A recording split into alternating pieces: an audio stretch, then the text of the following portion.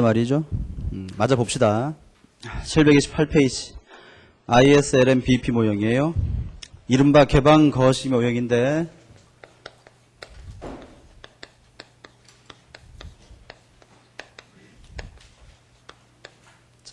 우리가 전통적으로 알고 있는 ISLM 모형은 다음과 같죠.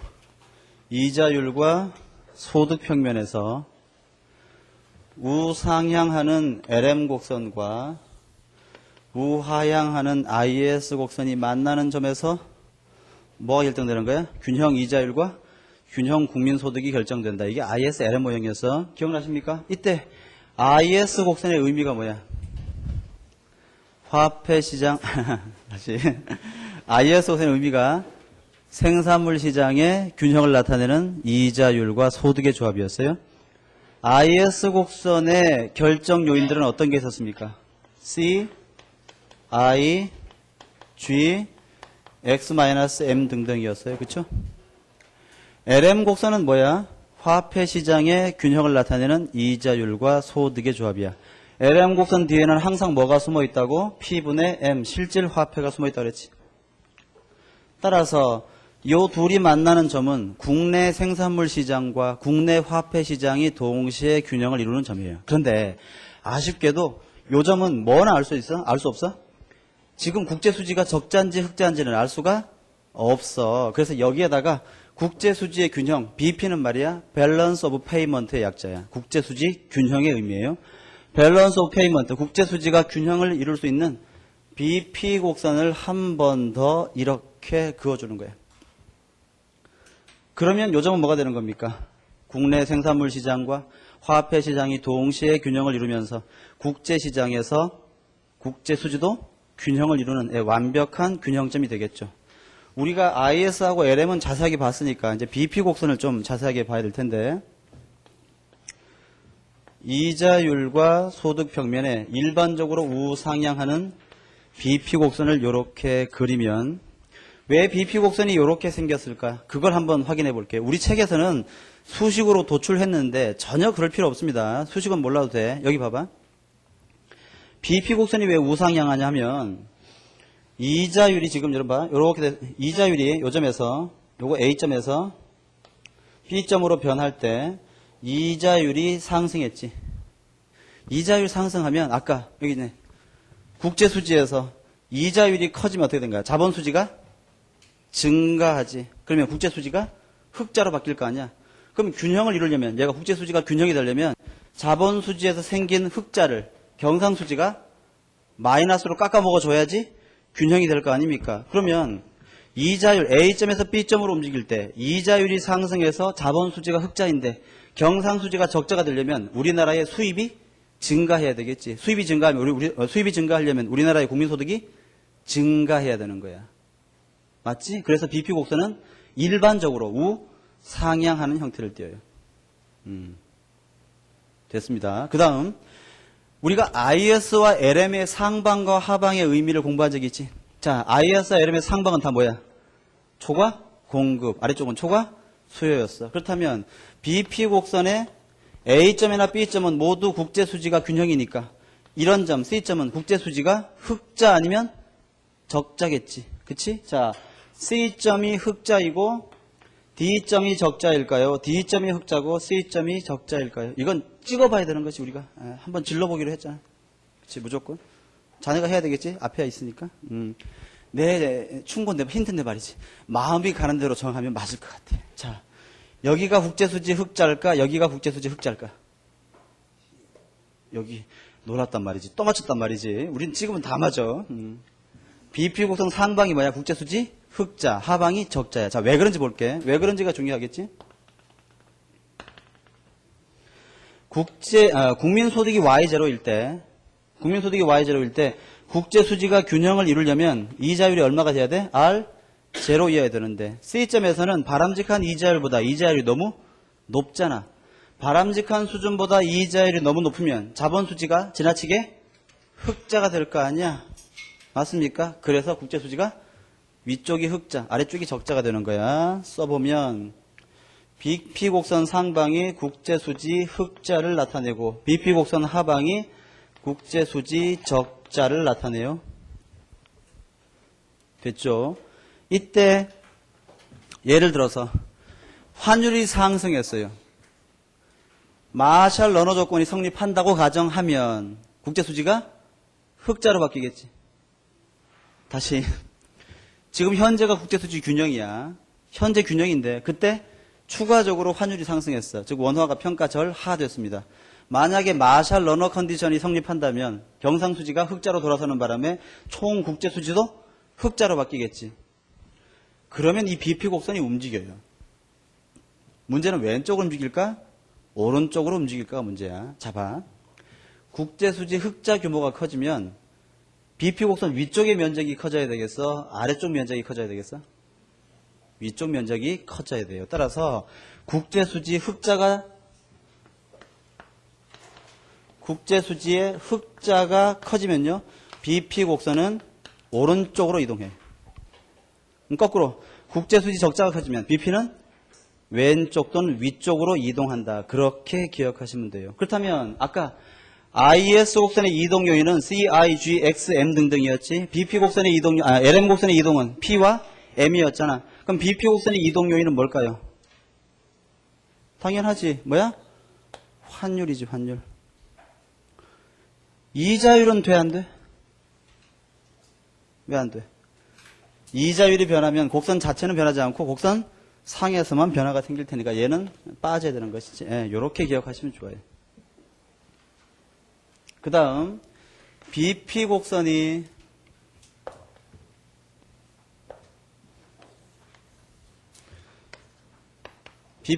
기울기가 요런 경우도 있고 요런 경우도 있는데 요걸 BP0, 요걸 BP1이라고 해볼게. BP0보다 BP1이 훨씬 더 탄력적인 형태지. 맞아? 예. 맞지, 그지? 그 말은 뭐야?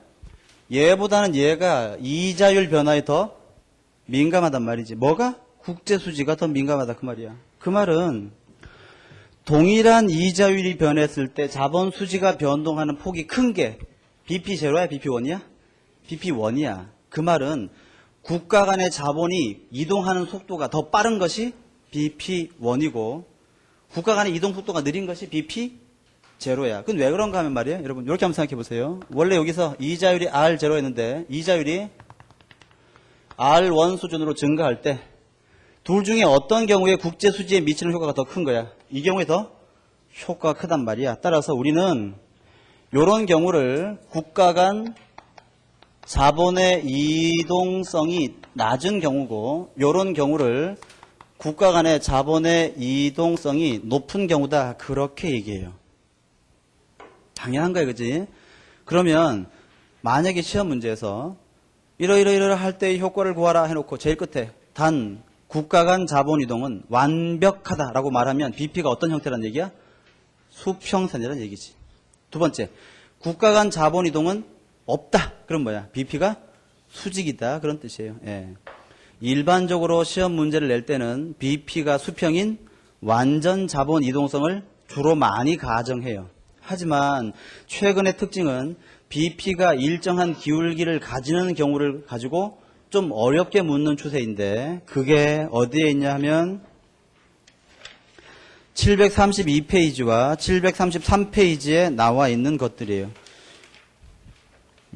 여러분 731페이지까지는 다 설명한 거예요. 지금 내가. 예. 그래서 한 번 더 써보면 BP가 이렇게 생긴 경우하고 BP가 이렇게 생긴 경우 두 가지를 얘기한다면 이 경우에는 국가 간의 자본 이동성이 전혀 없는 경우고 이 경우에는 국가 간 완전한 자본 이동성이 허용되는 경우다. 예, 그렇게 얘기할 수 있죠. 다 한 거 아니야. BP 곡선의 이동 요인, BP 곡선의 기울기 결정 요인 다 된 거죠. 그리고 BP 곡선의 상방과 하방의 의미 다 한 거야, 그지? 됐습니다. 이제부터는 뭘 합니까? 드디어 ISLM BP 모형을 이용해서 재정정책과 금융정책의 효과를 분석해 볼 것인데 732페이지에 거기에 있는 건 뭐야? 자본 이동이 완전한 경우지. 즉 거기에는 다 BP가 어떻게 돼 있어? 수평선의 형태를 띠고 있어요. 그렇죠? 또 오른쪽은 BP가 약간 기울기가 있는 경우지. 즉 약간은 불완전한 자본 이동성을 가정하는 경우야. 그 다음에 여러분 요것의 의미를 다시 한번 보세요. 내가 아까 뭐라고 했냐면 국제수지 흑자나 적자가 커지면 BP가 움직인다 그랬어. 따라서 BP의 움직임을 결정하는 가장 큰 요인은 환율이야. 환율. 고정환율 제도는 BP 곡선이 움직여 안 움직여? 안 움직여요. 변동환율 제도는 BP 곡선이 움직여요. 오른쪽 왼쪽으로. 그것도 하나의 힌트가 될 수 있어. 그렇지?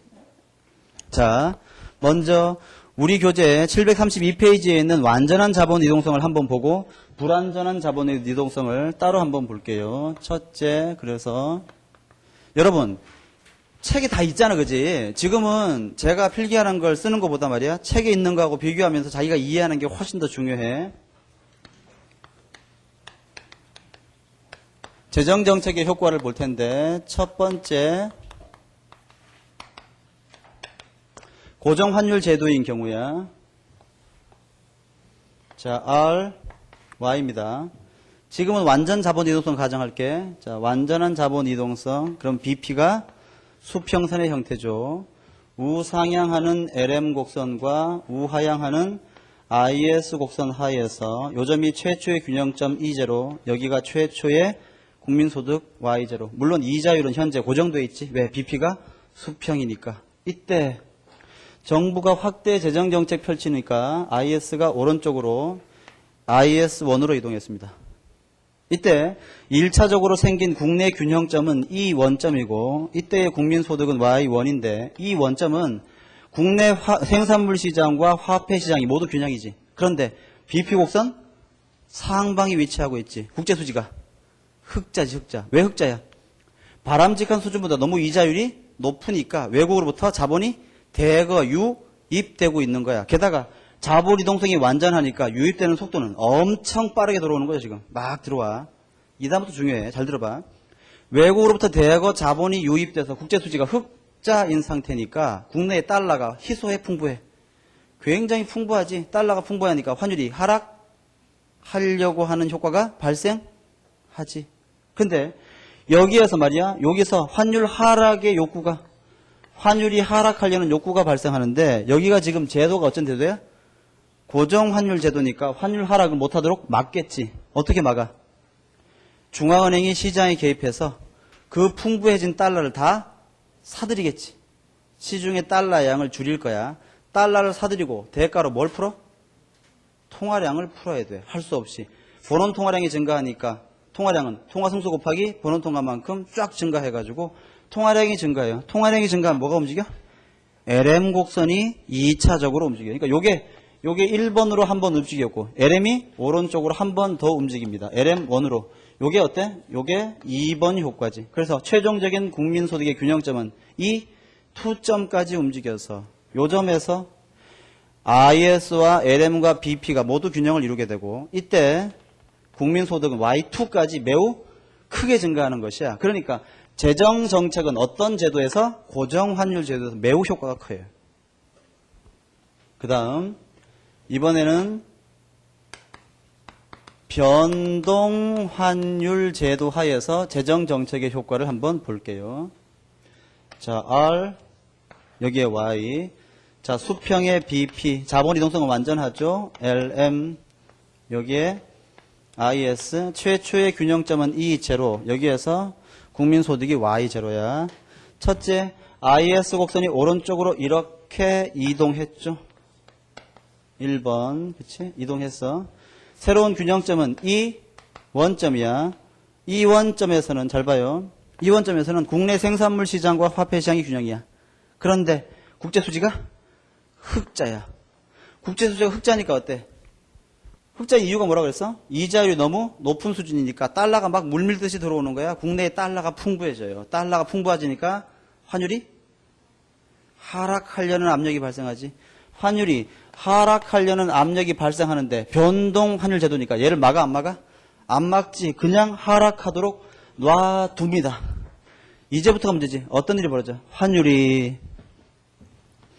하락하니까 수출품과 수입품의 가격이 각각 상승과 하락을 해서 수입은 감소하고, 다시 수출은 감소하고 수입은 증가하는데, 마샬 러너 조건이 성립한다면 요 크기가 이 크기보다 충분히 커서 경상수지가 악화돼서 국제수지의 흑자가 다시 줄어들겠지, 균형으로.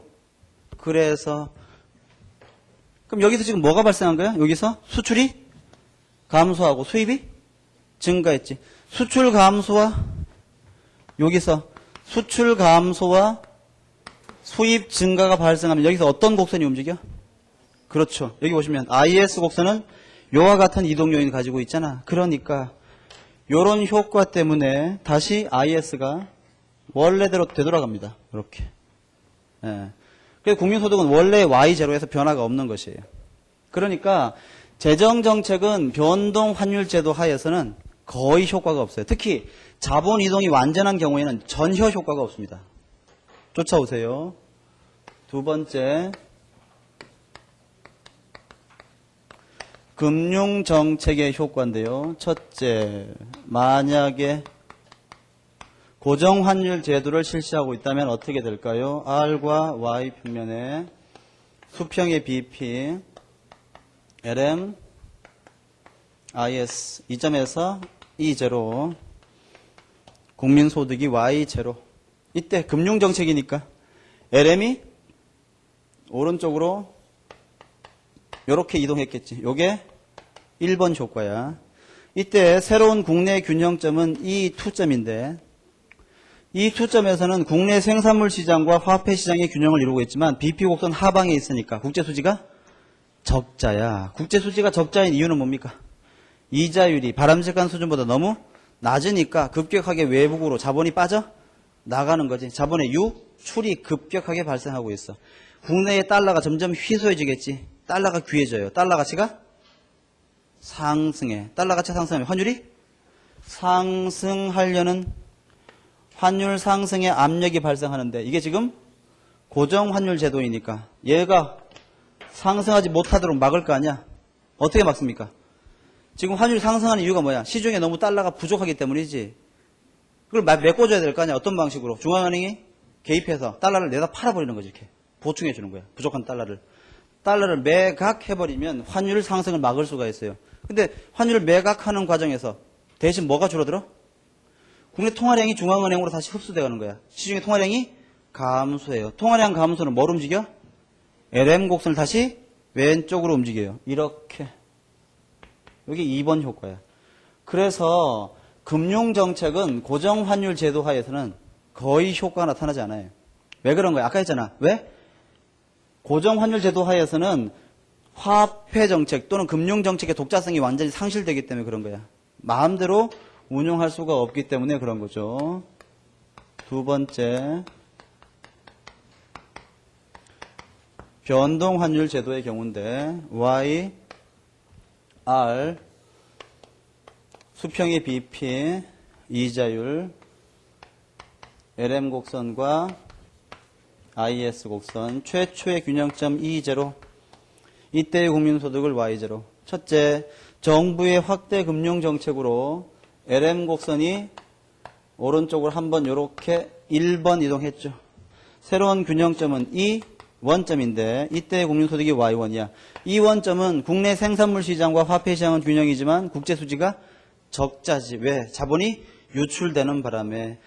적자니까 어때? 굉장히 달러가 귀해. 달러가 귀하니까 달러의 가치가 상승하고 환율이 상승하려는 압력이 발생하는데 이게 변동 환율 제도니까 그냥 상승하도록 놔두는 거지. 환율 상승하니까 여기 칠판 왼쪽에 보시면 마샬 러너 조건이 성립할 때 환율이 상승하면 시간이 거치면서 물론 제이커브 효과를 보이겠지만 최종적으로는 경상수지가 개선되는 효과가 발생할 거야. 그 과정에서 수출이 증가하고 수입이 감소하죠. 수출 증가와 수입 감소는 IS의 우측 이동을 야기시키니까 여기서 IS 곡선이 오른쪽으로 한 번 더 이렇게 이동하는 거예요. 이게 이제 두 번째로 발생하는 효과지.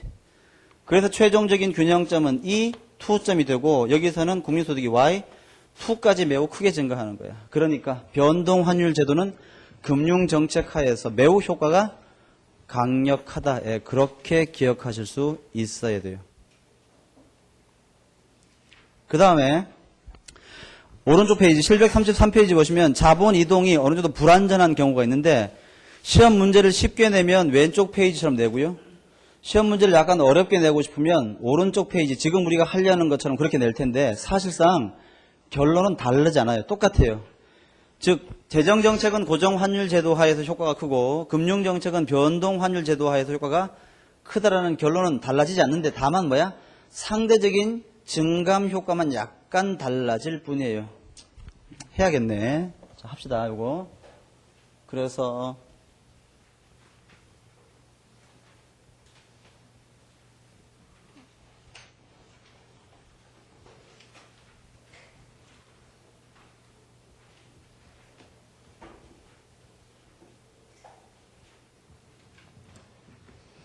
첫째, 이번에는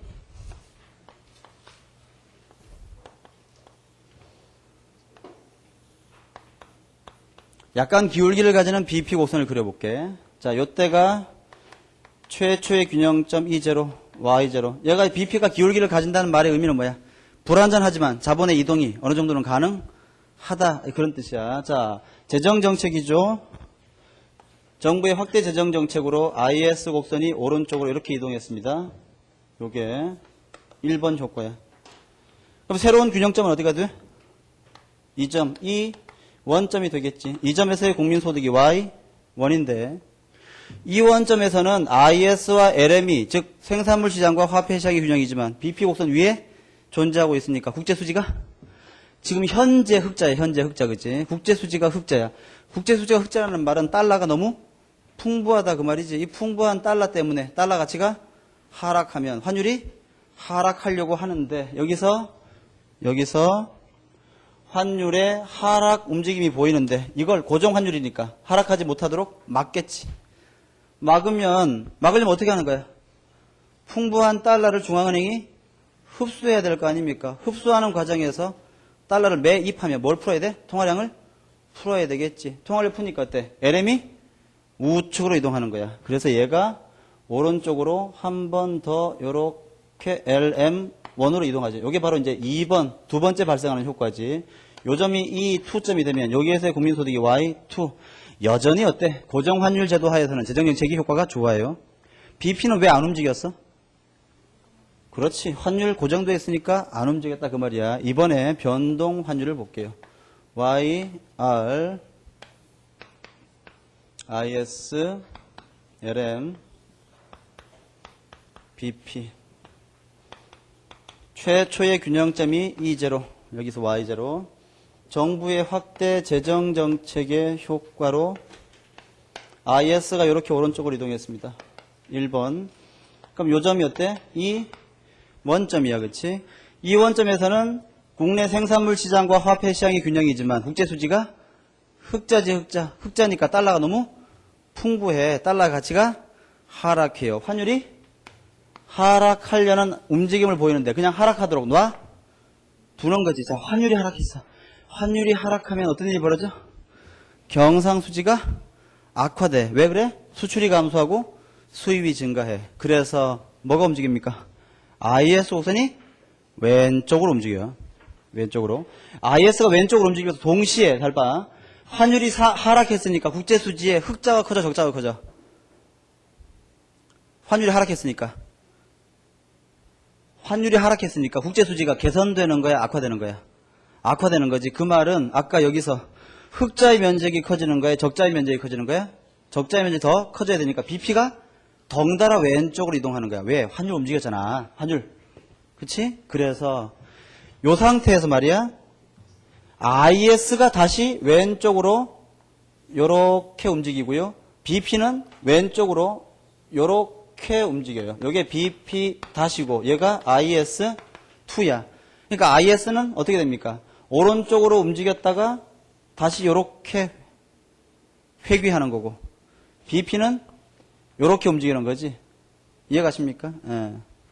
그래서 최종적인 균형점은 이 2점이 돼서 국민소득은 어때? 아주 조금만 증가하는 거야. 조금만. 아까 처음에는 아예 증가 안 했잖아. 지금 어때? 조금은 증가하는 거야. 조금은. 그 다음 금융정책. 그래서 고정환율 제도 하에서는 YR에서 IS, LM, BP. 최초의 균형점, 여기 Y0. 자, 금융정책이니까 LM 움직여야 되겠네요. LM 곡선이 오른쪽으로 이렇게 움직였습니다. 이렇게. 그 새로운 균형점이 이 원점에서 생겼는데, 이 원점은 국내 생산물 시장과 화폐 시장이 균형을 이루고 있지만 국제수지가 적자야. 국제수지 적자니까 달러가 점점 귀해지지. 달러의 가치가 상승해. 환율이 상승하려는 압력이 발생하는데 얘가 상승하지 못하도록 막지. 중앙은행이. 어떻게 막아? 귀해진 달러 가치를 낮추기 위해서는 시중에 달러를 풍부하게 해줘야 되겠지. 달러를 내다 팔아. 달러를 팔고 대신 뭘 걷어가? 국내 통화량을 걷어가요. 그러니까 LM 곡선이 다시 왼쪽으로 움직여. 그래서 어떻게 됩니까? LM이 왼쪽으로 움직여서 환율 상승 없고 원래대로 다 돌아가야 되나? 조금 움직이지 않나? BP 고정환율제도 다 돌아가야 되겠네? 다 돌아가는 거 맞지? 어떻게 되죠? 그렇지, 다 돌아가지. 그래서 얘는 왔다가 그냥 다시 돌아가는 거야, 이렇게. 그러니까 얘는 고정 이렇게 되는 거지. 역시 뭐야? 금융정책은 고정환율 제도 하에서는 효과가 없다 이렇게 되고요. 마지막으로 변동환율 제도 하에서의 효과를 보면 IS, LM, BP를 놓고 볼 때 Y0. 첫째, LM 곡선이 오른쪽으로 한번 이렇게 이동했지. 1번.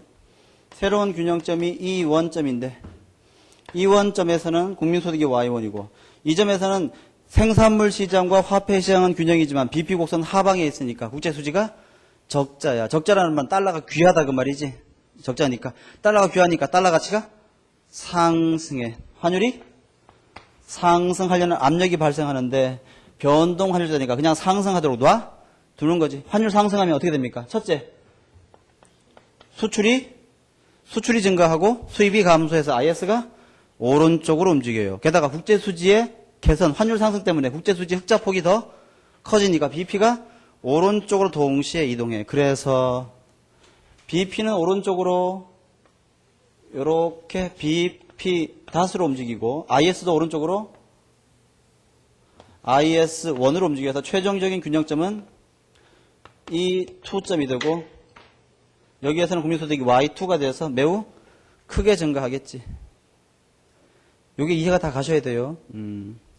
시험에서는 방금 했던 것들을 말로 물을 거야. 말로. 어떤 일이 벌어지느냐, 어떤 일이 벌어지느냐. 그래서 733페이지까지 여러분들이 꼭 이해를 하시면 되겠어요. 실질적인 우리 시험 범위는 여기까지가 아닐까 싶고요. 그 뒤에 보시면 몇 가지가 더 나와 있는데 제 생각에는 안 나올 겁니다. DD 곡선까지 낼 일은 절대로 없어요. 그런데 보잔 말이야. 그냥 나왔으니까.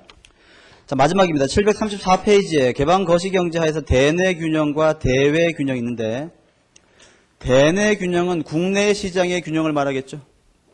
대외 균형은 해외 시장과의 관계에서의 균형을 말할 텐데 대내 균형에다가 동그라미 치시고요. 완전 고용이라고 쓰세요.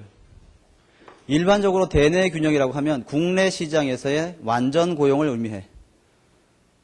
즉 자연 실업률 상태 있잖아. 그거 얘기하는 거란 말이야. 그렇지? 그 다음에 대외 균형은요. 국제수지 균형이야. 예. 국제수지 균형. 쓰란 말이야. 거기 타이틀에다가. 734페이지 상단에다가. 대내 균형은 완전 고용. 대외 균형은 국제수지 균형이야. 우리는 이 둘을 동시에 달성하는 게 필요하죠. 1번 팀버겐의 정리 또는 팀버겐의 룰이라는 게 있는데 이건 정의만 알면 되는데 지금 방금 타이틀에서 봤지만 우리가 개방 거시경제 하에서는 원하는 목표가 몇 개야? 2개지. 완전 고용과 국제수지 균형 또는 대내 균형과 대외 균형 2개잖아. 팀버겐은 뭐라고 했냐면 N개의 정책 목표를 달성하기 위해서는 정책 수단도 N개가 필요하다. 예, 그런 말 했대. 그 말은 뭐야? 방금 우리가 상단에서 봤지만 대내 균형과 대외 균형을 동시에 달성하려면 각각을 위한 정책이 따로 있어야 된다 그 말이야. 그치? 그래서 바로 밑에 정책 할당을 보시면 밑줄 일반적으로 고정환율 제도 하에서는 대내 균형을 위해서는 재정정책을 사용하는 것이 바람직하고 대외 균형을 위해서는 금융정책을 할당하는 것이 바람직하다라고 논의되고 있다 그 말이야. 왜? 금융정책은 뭘 변동시킵니까? 통화량을 변동시키죠. 통화량 변동 통해서 이자율을 변동시키는 거야. 이자율이 변동하면 뭐가 움직여요? 자본 수지가 변하죠. 이를 통해서 대외 균형을 달성할 수가 있고 대내 균형은 어때? 재정 지출이나 조세를 변동시켜서 ISLM을 움직여서 완전 고용 국민소득을 달성할 수 있지 않겠냐라고 본단 말이야. 두 번째, 변동 환율 제도 하에서는 대내 균형, 즉 완전 고용을 달성하기 위해서는 밑줄 그으세요. 지출 변동 정책을 추진하는 것이 좋고 대외 균형을 위해서는 지출 전환 정책을 할당하는 것이 바람직하다고 되어 있는데 시험에 지출 변동 정책과 지출 전환 정책이 뭐냐? 그건 충분히 나올 수 있습니다. 밑에 참고를 보셔서 별표 하나 치시고요. 지출 변동 정책은 뭐냐 하면 한 나라의 총 지출 규모를 변화시키는 정책이야. 한 나라의 총 지출 규모를 변화시키는 정책입니다. 일반적으로 재정 정책과 금융 정책이 지출 변동 정책, expenditure changing이지. 예. 체인징, 예, 지출 규모를 변동시키는 거야. 여러분 알고 있잖아. 우리 총수요 YD를 어떻게 얘기합니까? C 더하기 I 더하기 G 더하기 X 마이너스 M 이렇게 얘기하잖아. 그치? 예, 이때 한 나라의 총 지출 규모를 변화시키려면 어때? 여기 있는 것들 중에 예나 또는 이 속에 숨어있는 T 같은 것들을 변화시키면 나라 전체의 총 지출 규모가 바뀔 거다 그 말이야. 두 번째는 뭔가 하면 지출 전환 정책은 나라 전체의 총 지출 규모는 일정한데 지출의 내역이 바뀌는 거야. 내역이 바뀌는 거야. 밑에 예를 한번 보세요. 관세를 일반적으로 여러분 환율 정책 같은 것이 대표적인데 환율 정책 같은 게 관세도 마찬가지야. 관세 정책이나 환율 정책이 여기에 해당되는데 관세나 환율 여기 환율 정책, 관세 정책 여기 예가 있네. 국제 수지가 적자일 때 말이야. 관세를 부과하면 외국 물건에다가 사용하던 지출이 줄지. 대신 자국 상품에 대한 지출이 증가하잖아. 그래서 외국에 대한 지출이 줄고 국내 재화에 대한 지출은 증가하지만 총 지출은 일정할 수 있는 거죠. 지출의 내역을 변동시키는 거야. 이게 지출 변동 정책. 예, expenditure switching이지, 스위칭. 교환한단 말이에요. 그렇지. 기억하십시오. 지출 변동 정책에는 뭐가 있어? 정부 재정 정책과 금융 정책이 있고 지출 전환 정책에는 환율 정책과 관세 정책 같은 게 있다. 주로 환율 정책을 꼭 기억해 보세요. 이때 735페이지에 먼델의 유효시장 구분 원리라는 게 있는데 왜 이런 걸 하냐 모르겠단 말이지.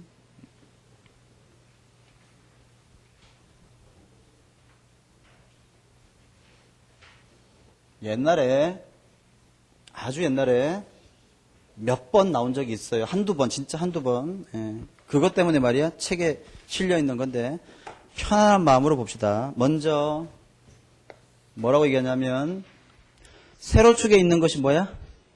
이자율이야. 이자율 R 여기가 Y 아니 여기가 정부의 재정지출 G. 이때 DD 곡선이라는 게 있죠. 요게 DD 곡선인데 얘는 뭔가 하면 그 정의를 기억하시면 돼요. 얘는 대내 균형을 나타내는 곡선이야.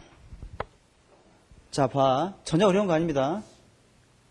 대내 균형. 여러분, 이자율이 상승하면 투자가 국내, 지금 대내니까 국내지 국내. 이자율이 상승하면 투자가 감소하지. 투자가 감소하면 국민소득이 갑자기 확 줄잖아. 또는 총지출이 감소하죠. 그걸 커버하려면요. 재정지출이 증가해서 총수요를 증가시켜줘야 되는 거지. 따라서 대내 균형을 이루기 위해서는 이자율과 재정지출이 같은 방향으로 움직여야 되는 거예요. 두 번째, 한 페이지 더 넘기시면 BP 곡선이 있죠. 역시 BP 곡선은 이렇게 움직이는데 BP 곡선. BP 곡선은 왜 이렇게 움직일까? 잘 봐. 요건 얘는 뭐야? 얘는 대외균형을 나타내주는 곡선이잖아. 그치? 국제수지지. 이자율이 상승했어요. 자본수지가 흑자가 되겠지. 맞잖아. 자본수지가 흑자가 될 거 아닙니까? 자본수지가 흑자가 되면 국제수지가 흑자로 균형이 깨지지. 그걸 다시 이퀄로 만들어주기 위해서는 외국에 대한 수입이 증가해야 돼요. 수입이 증가하려면 정부의 재정지출이 증가해서 외국 물건을 사와야 되는 거야. 또는 재정지출이 증가하면 소득이 증가하지. 국민소득이 증가하면 수입이 증가해. 따라서 BP도 우상향하는 형태를 띄어요. 어려운 거 아니야? 잘 들어봐. 이때 DD 곡선은 일반적으로 BP 곡선보다 기울기가 더 커. 왜 그래요? 궁금한 사람. 알면 다쳐요. 이것까지 알고자 하면 말이야. 우리가 공부하는 범위를 너무 뛰어넘는 거야. 예. 궁금한 사람들은 개별적으로 나한테 오기를 바래. 이렇게 그냥 받아들이기로 합시다. 이때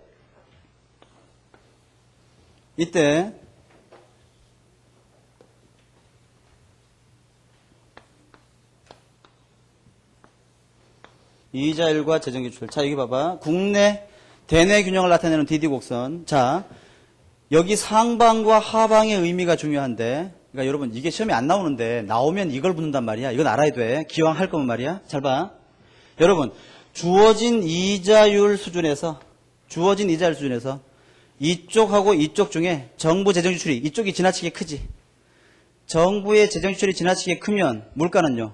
필요 이상으로 크게 상승하는 거야. 따라서 이쪽이 뭐가 되냐 하면 우리 교재에 표시됐죠? 이쪽이 인플레이션이 발생하는 거예요. 인플레이션. 그러면요. DD 곡선 왼쪽 또는 DD 곡선 상방은요. 경기 침체, 즉 뭐야? 실업이 발생하는 거죠. 실업. 그 다음 BP 곡선은 아까 얘기했지. BP 곡선 상방은 뭐야? 국제수지 흑자, 하방은 국제수지 적자란 말이야. 따라서 시험에서는 요렇게 해놓고 말이야. 우리 교재처럼. 그렇지. 자, 어떤 경제가 1번 상태에 있다. 어떤 경제가 2번 상태에 있다. 어떤 경제가 3번 상태에 있다. 4번 상태에 있다. 각각은 어떤 상태인가 라고 물으면 답할 수 있어야 되는 거예요. 그렇지? 됐어. 그 다음에 하나 더요. 각각의 경제 상태에 대해서 어떤 정책을 써야 되겠냐 그랬는데 여러분 아까 다시 앞으로 한 장 넘겨 봐봐. 734페이지에 정책 할당 다시 보세요. 고정환율 제도 하에서는 대내 균형에는 재정정책을, 대외 균형에는 금융정책을 쓰는 것이 바람직하다. 그렇게 되어 있지. 자, 하나만 해볼게. 그러면 경제가 지금 여러분 자 여기 2번 영역이 있다고 해볼게. 2번 영역은 어떤 상태야? 2번 영역은 먼저 대내적으로는 뭐야?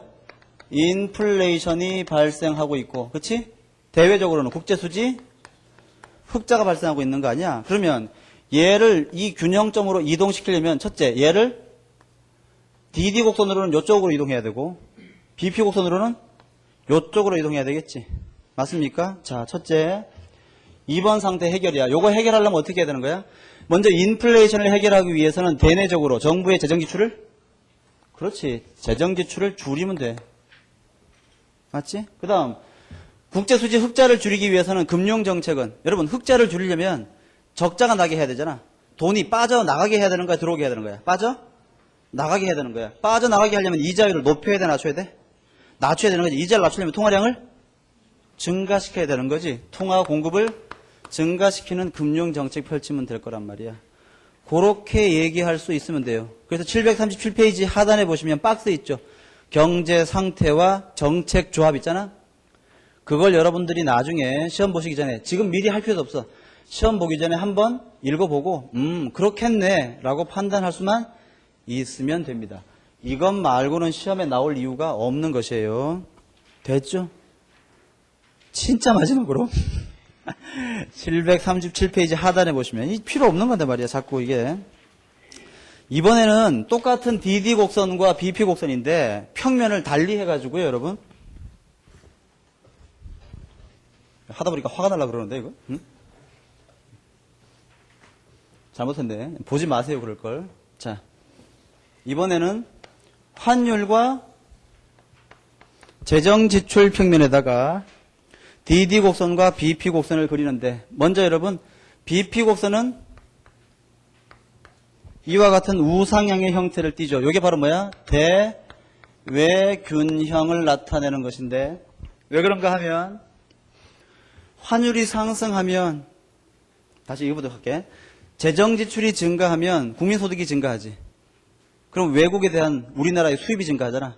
적자가 되는 거지. 그걸 메꾸려면 경상수지가 흑자가 되기 위해서 환율이 상승해줘야 되기 때문에 BP가 우상향하는 형태야. 그 다음에 좀 전에 봤던 여기 있는 이 대내균형 DD 곡선이 말이야. 여기서는 이렇게 움직여요. 대내균형. 그 왜 그런지 봐봐. 대내균형. 환율 하락하면 왜 그런 거야? 환율 하락하면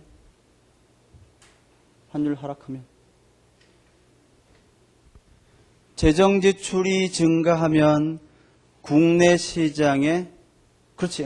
재정지출이 증가. 왜 DD가 왜 우하향하냐면 재정지출이 증가하면 국내의 총수요가 지나치게 증가하지. 그치? 예. 또는 국민소득이 과열되게 증가할 거야. 그걸 낮춰주기 위해서 어떻게 되는 거야? 환율이 하락해서 수출이 감소하고 수입이 증가해줘야지 균형을 이룰 수 있단 말이야. 그치?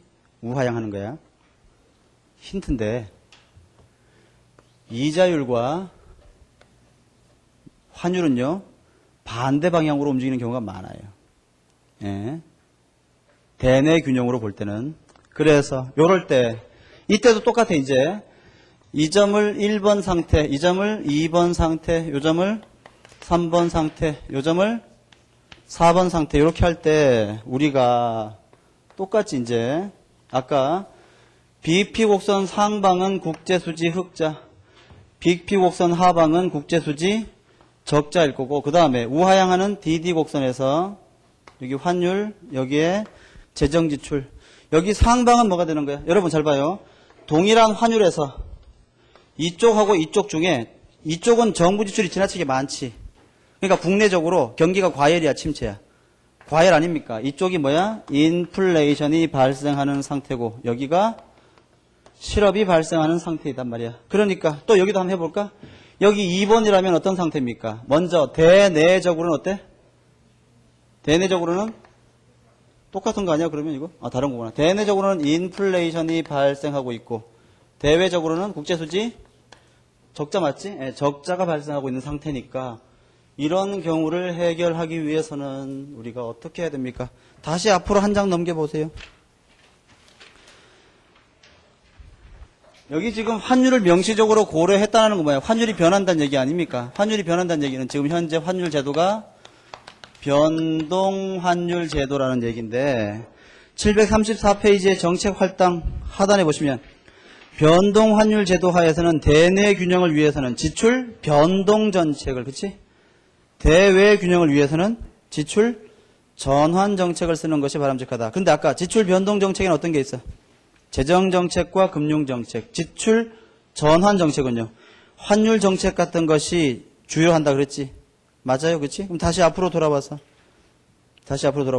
자, 이러한 상태를 해결하기 위해서 먼저 인플레이션, 국내적으로 발생하는 인플레이션을 해결하기 위해서는 어떤 정책 쓰면 돼? 재정 또는 금융 정책을 긴축적으로, 확대적으로. 긴축적으로 쓰면 되겠지. 그러니까 여기는 재정 지출을 줄이거나 통화량을 줄이거나 조세를 늘리는 정책 쓰면 될 거야, 그렇지? 여기는 뭘 써야 됩니까? 이제는 환율 정책 써야 되는 거지. 답 나왔잖아. 국제수지 적자를 개선하기 위해서는 환율이 어떻게 되는 거야? 환율을 상승하라. 그렇지. 마샬 언어 조건이 성립한다는 전제하에서 환율을 상승시켜야지. 그 말은요. 원화의 평가 절하 정책을 쓰면 되지 않겠냐. 그런 얘기인데 안 묻겠지. 요건 말고 나올 게 없으니까 한번 체크해 보시기 바랍니다. 예, 보강까지도 이렇게 해가지고 여러분들 너무 귀찮게 많이 해드렸어요. 개인적으로 방학 때 하는 수업이 참 재미있고요. 여러분들 2달 전에 말이야 GDP 처음 배울 때 초록초록 하던 눈빛이 이제 어느새 노련하게 바뀌어서 ISLM과 BP를 이해할 정도가 됐습니다. 감개무량하고요. 2달 동안 저 굉장히 즐겁게 수업을 했고 여러분들 어디에서 어떤 공부 하시든지 원하는 결과 꼭 얻으시기 바랍니다. 거시경 약속 마치겠습니다. 감사합니다.